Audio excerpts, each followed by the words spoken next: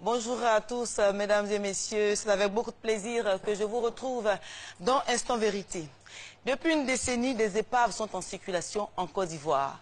Les accidents, la pollution sont les conséquences directes des 90 000 véhicules de transport dont l'âge varie entre 15 et 25 ans.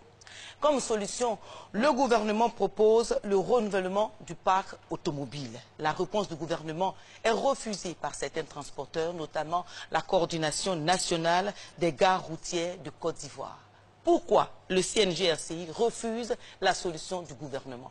Que propose la coordination? Mesdames et messieurs, dans le cadre de Instant Vérité, nous invitons ici aujourd'hui M. Adama Touré. Voilà. Il est le président de la coordination nationale des gares routières de Côte d'Ivoire, CNG-RCI. Bonjour, monsieur. Bonjour. Merci d'être venu à Instant Vérité. Alors, quel est l'état des lieux en ce qui concerne les véhicules de transport en circulation en Côte d'Ivoire? Merci beaucoup. Nous remercions la RTI de nous donner l'occasion de parler un peu de notre activité. Les choses ne sont pas faciles. L'état des lieux est vraiment difficile à expliquer. Quand on voit, effectivement, vous l'avez déjà planté le décor, que nous avons des épaves en circulation. Celui qui a des épaves en circulation peut faire quel état de lieu? Si ce n'est que de la désolation. Parce qu'il faut reconnaître que la Côte d'Ivoire a le parc automobile le plus vieillissant de la sous-région. Et il est donc tout à fait logique que les transporteurs sont des gens très paupérisés. Il ne faut pas se gêner de le dire. Et c'est la réalité que nous vivons. C'est-à-dire que le transport n'est pas ce qu'il était il y a 10 ans de cela, avant les crises post-électorales. Quel est le rôle? Nous sommes dans un désarroi total, il faut reconnaître. Bien. Donc, quel est le rôle de la coordination nationale des gares routières, la coordination que vous dirigez dans cette situation? La coordination nationale des gares routières de Côte d'Ivoire, pour dire juste pas très long, c'est une structure du secteur du transport routier qui a une vocation syndicale et qui défend les intérêts des membres de cette coordination et surtout des transporteurs, des conducteurs et des auxiliaires du transport qui sont nos chargeurs, nos bagagistes et nos guichetiers et tous ceux qui travaillent dans les gares routières en Côte d'Ivoire. Donc c'est le rôle de la coordination de défendre l'intérêt des membres d'une corporation qui sont en partie pris en otage par une pléthore de syndicats, ma foi, qui se sont transformés.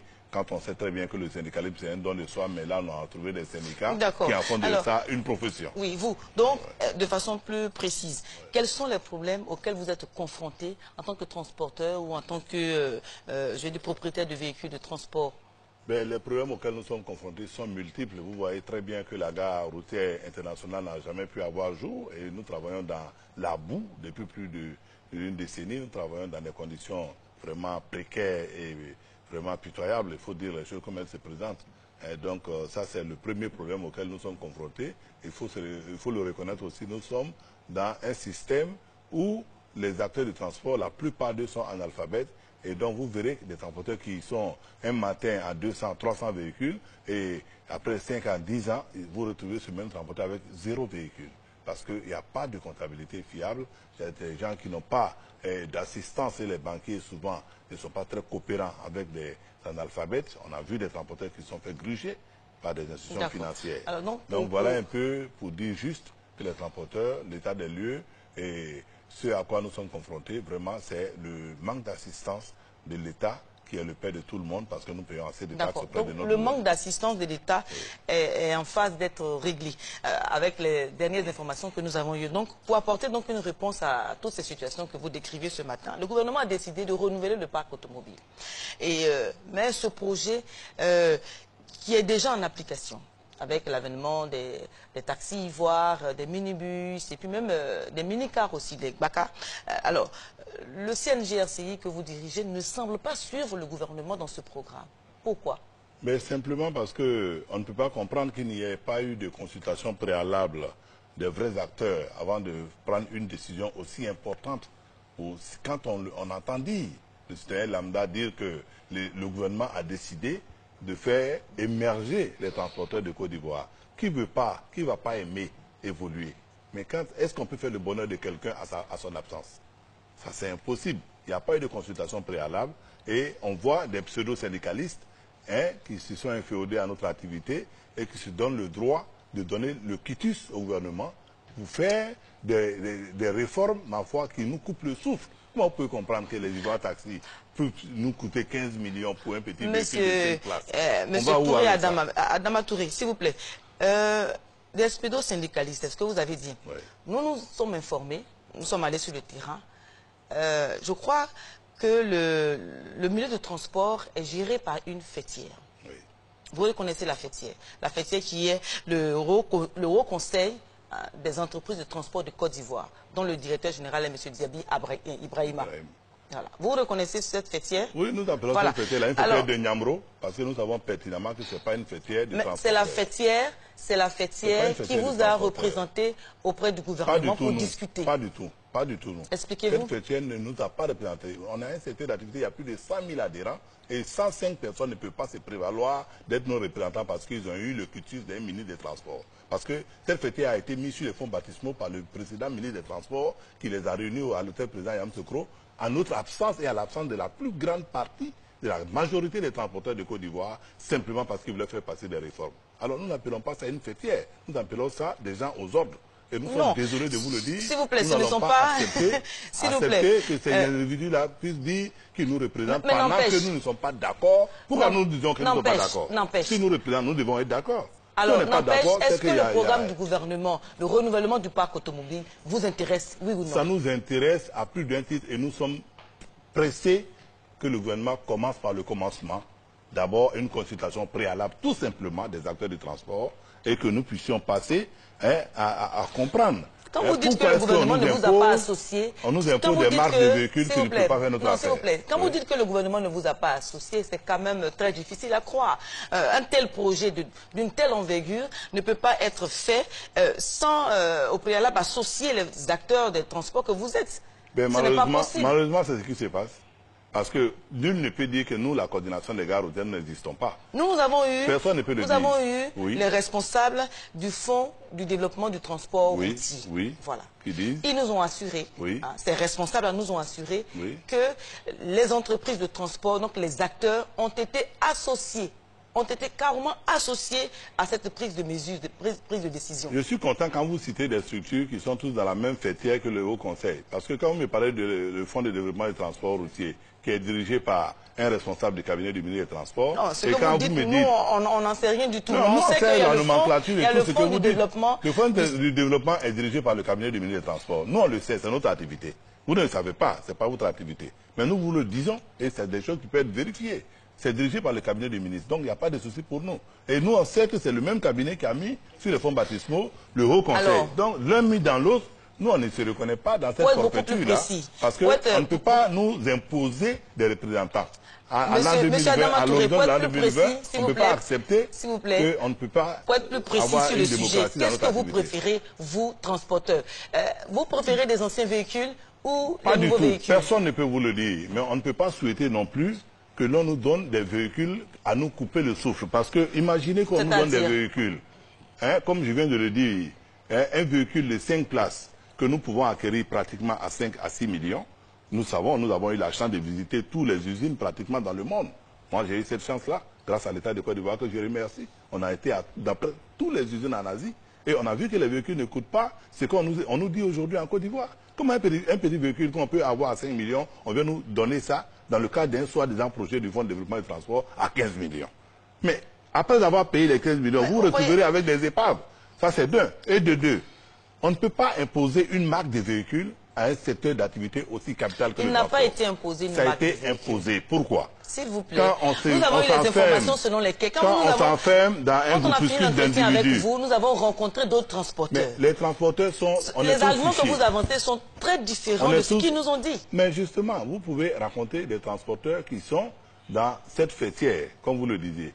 Mais vous ne pouvez pas aussi, moi, me dire que je ne suis pas transporteur. Vous ne pouvez pas m'occulter que tous les autres transporteurs sont dans la fêtière, sont au ministère des Transports. Donc, tous les transporteurs à vous entendre parler, c'est très clair. Vous dites là que la coordination nationale des gares routières ne représente pas des transporteurs. Si c'est ce que vous le dites, et nous avons compris le débat. Parce que nous ne pouvons pas concevoir cela. Nous représentons un grand nombre de transporteurs et c'est vérifiable partout. Surtout dans la plus grande gare routière de Côte d'Ivoire qui est à Djamé.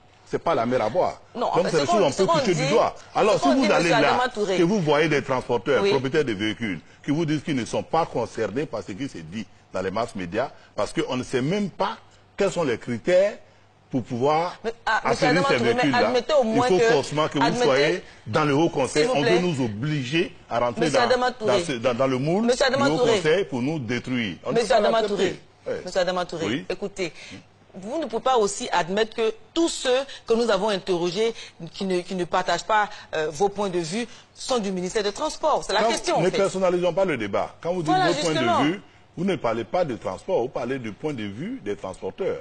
Moi, je ne parle pas au nom de Touré Adama. Touré Adama n'est qu'un individu. Hein, je ne me sous-estime pas, mais je dis que ce n'est pas une affaire personnelle. C'est une affaire d'activité et je réponds au nom de mes adhérents et des gens qui m'ont fait confiance de mettre à la tête de leur structure. Et je ne peux pas faire plaisir à quelqu'un parce que un groupuscule aurait accepté une réforme qui leur est favorable. Parce qu'il y a des individus dans notre secteur d'activité qui, depuis ils existent, ils sont dans le secteur, n'ont jamais eu un véhicule. Et donc, imaginez qu'on vient donner un véhicule nu face à cet individu-là, mais il court là-dessus et il dit qu'il a eu le ciel. Et nous, on sait pertinemment qu'au bout du fil, mais pourquoi on ne nous parle plus des 100 premiers véhicules taxis qui ont été donnés? On ne nous parle que d'Ivoire Taxi. Ah, il y a eu le Renault Logan qui a été donné avant qu'on arrive d'abord à Ivoire Taxi. On ne nous fait pas le point de cela, on vient parler de évoluer dans le débat. Nous allons évoluer. Allons y droit au but. Il y a 60 de ces véhicules qui sont déjà en dépasse à moins d'un an. La question la plus directe, est-ce que le gouvernement, quand ta voiture devient un danger pour la population, est-ce que l'État a le droit de faire changer cette voiture? Oui ou non? La réponse est oui ou non? Non. L'État n'a pas le droit. Quand la voiture devient un danger pour la population, et quand c'est le conducteur, et c'est quand le conducteur est un danger parce que l'État l'a mal formé par le biais de ses moniteurs d'auto-école. La voiture devient une insécurité. Une épave ne peut pas être une insécurité quand elle est stationnée. C'est parce qu'un individu est au volant d'un véhicule et qui le déplace, qui endeuille les familles. Il ne faut pas mettre la charrue avant les bœufs. Et si l'État vend des permis de conduire aux gens et qu'on vient nous faire porter le chapeau parce que nos véhicules sont vieux, parce qu'on est pauvre, donc on veut nous clouer au pilori simplement parce qu'on est pauvre. Ça, c'est un véritable problème. C'est de cela qu'il s'agit. L'État ivoirien est en train de faire quelque chose qui ne peut pas aller. Je ne suis pas au-delà du débat. Je dis que l'État ne veut pas reconnaître sa responsabilité. Les permis de conduire sont vendus en Côte d'Ivoire. Mais le premier rôle, sans avoir touché un volant, on donne des permis de conduire à des individus. Et après, on vient de plaindre la sécurité des populations. Que c'est nos véhicules qui sont en épave. Un véhicule vieux peut conduire décemment. Le rôle de l'État, c'est d'assurer la sécurité des Ivoiriens. La sécurité de l'État, c'est de pouvoir former les moniteurs d'auto-école et avoir des véhicules pour apprendre les gens à conduire dans les auto-écoles. Ça, c'est le premier rôle de l'État. Avant de donner un diplôme à un individu, il faut être sûr qu'il a concouru légalement et avec les règles de l'art. On ne donne pas un permis de conduire à quelqu'un et lui demander d'aller apprendre à conduire. On ne parle pas de permis de conduire. Alors, mais on en arrive. Parce que vous voulez nous faire porter le chapeau des accidents pléthoriques qui se passent parce que nos véhicules sont vieux. On n'accepterait pas. Le ministre l'a bien fait. Ça, c'est pas vous. Laissez le ministre, s'il vous plaît, monsieur Adama Touré. Monsieur Adama Touré, laissez le ministre. Si vous voulez renouveler le parc automobile, venez, on va renouveler ensemble, en nous asseyant autour d'une table, en choisissant les modes d'acquisition de ces véhicules, les coûts de ces véhicules, dans un consensus. Simplement ça, et on va être d'accord. Les transporteurs qui ont eu envie de consulter ont été consultés. Il n'y a pas eu de consultation de large ouverture. Ça coûterait quoi à un État qui se veut démocratique et hébergeant de faire les États généraux du transport simplement sans exclusive et permettre à tous ceux qui sont dans ce milieu-là de donner leur avis. Mais on ne peut pas faire... consultation, qu'est-ce que vous proposez? On ne peut pas être aussi... Qu'est-ce que vous proposez? La proposition est claire, c'est la suspension temporaire de l'application de ce décret-là parce qu'on ne peut pas demander à des gens de faire des choses qu'ils ne peuvent pas assumer. Parce qu'en allant sur ce terrain-là, on va se perdre. Monsieur Adama Touré, il est le président de la coordination des gares routières de Côte d'Ivoire. Alors, monsieur Adama Touré, au-delà du fait que vous n'ayez pas été consulté par le gouvernement, la chose que vous dénoncez, vous avez dit également dans des entretiens qu'un aval de 25 millions de francs CFA aurait été demandé aux transporteurs. On veut bien comprendre. Mais il faut préciser les choses. Quand on dit un aval de 25 millions a été demandé aux transporteurs, c'est par rapport au cas. Ce n'est pas par rapport à des petits véhicules. Parce que quand on demande sur 100 millions à quelqu'un d'envoyer 25%, ça fait 25 millions, pratiquement. Donc, voilà ce qui est demandé pratiquement pour les cas, les gros cas de 70 places que nous devons payer pour rajeunir aussi, parce qu'il faut reconnaître que ça fait partie du transport aussi. Sans oublier qu'aujourd'hui, ce qui fait couler beaucoup d'encre, c'est le problème des BACA. Alors, en ce qui concerne les BACA, qu'est-ce qui a été décidé? Les autocars, minibus, ce qui a été décidé est encore, je peux dire, dans les tiroirs du Fonds de développement du transport routier. Je ne sais pas s'il y a une peur en eux qui fait qu'ils n'ont pas le courage de nous donner les montants, mais ils nous disent qu'ils ont réceptionné déjà près de 300 véhicules, mais ils n'ont pas encore eu à nous convoquer à une réunion où on peut nous dire combien va coûter ces véhicules et quelles sont les modalités. Donc vous reconnaissez qu'à des réunions, vous êtes convoqués. Non, oui. Vous reconnaissez qu'à des réunions, vous êtes convoqués. On est convoqués, on n'a jamais été convoqués à une réunion du Fonds de développement du transport. On va aller sur ce point-là. Le Fonds de développement du transport agit on va aller sur ce point-là. Et nous disons les choses clairement. Le Fonds de transport a dit qu'il n'a jamais demandé à un transporteur de payer 25 millions de francs CFA, mais plutôt à chaque transporteur de payer 3% de la valeur du véhicule qu'il désire acquérir. Oui, mais qu'est-ce que vous en pensez? Quel est votre commentaire là-dessus? Oui, mon commentaire il est clair. Le Fonds de développement du transport n'a jamais donné de cas de 100 millions à quelqu'un, à part les 100 taxis. Mais au moins, est-ce que vous reconnaissez que les 3% ont été demandés? Oui, mais des taxis, si vous avez demandé 3% pour des taxis dont vous ne pouvez même pas faire le point après un an, mais ça vous engage vous.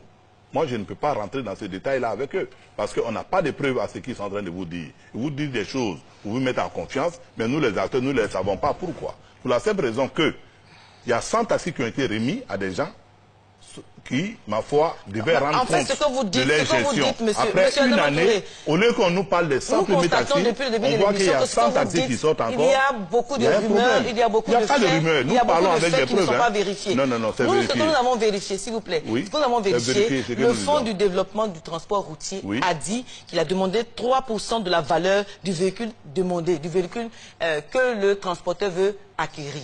Voilà ce qui est demandé. C'est tout ce qu'il vous a dit? Mais c'est tout ce Ils vous ont pas dit quelles sont les conditions d'acquisition des véhicules? Alors, dites-nous les conditions. Alors. Ah non, c'est pas à nous de vous le dire. Vous avez rencontré le Fonds de développement du transport. C'est à eux de vous le dire. Dites-nous les conditions. C'est eux qui doivent vous le dire parce qu'ils disent quoi? S'il vous plaît, ils veulent pas les transporteurs que nous sommes. Ils veulent pas les transporteurs qui existent. Ils veulent créer des nouveaux non, ils n'ont jamais dit cela. Mais c'est ce qui se passe. Les taxis ont été remis à qui? Ils veulent professionnaliser le transport. Les taxis ont été remis à des gens auxquels ils ont imposé de créer des sociétés. Vous voulez rester, de nouvelles sociétés. Vous voulez rester au même stade? Vous voulez rester au même stade dans l'anarchie? On n'est pas dans l'anarchie. Sans l'ordre? Je suis désolé de vous le dire, nous ne sommes pas dans l'anarchie. Un homme qui paie ses impôts auprès de l'État de Côte d'Ivoire n'est pas un anarchiste. L'État de Côte d'Ivoire nous prend des taxes et nous prend la patente. Nous payons nos impôts correctement. Nous payons nos vignettes. Nous nous présentons 2 fois dans l'année à la visite technique. Quand vous demandez aux Ivoiriens aujourd'hui... Alors nous ne pouvons pas payer tout ça. 300 milliards dans les caisses de l'État chaque année. Et puis on va nous traiter d'anarchie parce que l'État refuse de jouer son rôle d'organisateur. Mais justement, c'est ce rôle d'organisateur. C'est pas l'organisation qui est là. On met la charrue avant les bœufs. Si l'État doit mettre ça, est-ce que l'État doit envoyer les véhicules neufs sur le même terrain que les véhicules sans papier qui roulent dans le site d'Abidjan? C'est quelle organisation, quelle organisation vous nous parlez? L'État doit enlever les véhicules banalisés. Est-ce que ce n'est pas la vie des populations qui est en danger avec ces véhicules sans papier qui roulent, les cercueils roulants qui roulent? Il faut dire les choses comme elles se présentent. L'État n'assainit pas. L'État n'en est pas les Niambros. L'État n'est pas prêt à aller au charbon. L'État n'est pas prêt à mettre un cadre viable aux acteurs du transport. Mais l'État vous dit Monsieur Adama, écoutez-moi. C'est de la volonté politique. La volonté politique du gouvernement que vous dénoncez. Mais aujourd'hui, le gouvernement est en train de mettre en place une volonté politique qui est réelle, qui veut professionnaliser le milieu de transport. Parce qu'aujourd'hui, quand nous posons des questions aux Ivoiriens, ce qu'ils disent, c'est que le milieu de transport, madame, il y a trop de désordre. Voilà ce que les Ivoiriens disent. Oui, mais c'est que les Ivoiriens ne savent pas ce que nous disons. Mais justement... Ce désordre-là, il est orchestré parce que simplement, l'État ne joue pas franc jeu, c'est tout. Parce que moi, je ne peux pas concevoir que dans un État où des gens payent leurs impôts auprès de l'État, que l'on se donne le droit de venir là avec la force des biceps et d'estorquer de l'argent à des pauvres conducteurs. S'il vous plaît, l'État n'estorque pas de l'argent. Pas l'État, hein. Je parle des individus qui sont appelés des syndicats, des pseudo-syndicalistes. Mais c'est à vous de régler, c'est votre domaine. C'est pas à nous de le regarder. Vous-même regardez. Nul n'est au-dessus de la loi. Monsieur Adama. Les individus ne peuvent pas venir nous bastonner nos conducteurs au volant. Nous sommes pratiquement... Et quand nous allons porter plainte, en lieu et place de les arrêter, on les retrouve sur le terrain. Croyez-moi, il y a beaucoup à dire dans le milieu des transports. Et nous aurons d'autres occasions pour en parler plus amplement et que nous puissions tirer les conclusions qu'il faut tirer. Alors, mesdames et messieurs, c'est donc la fin de Instant Vérité.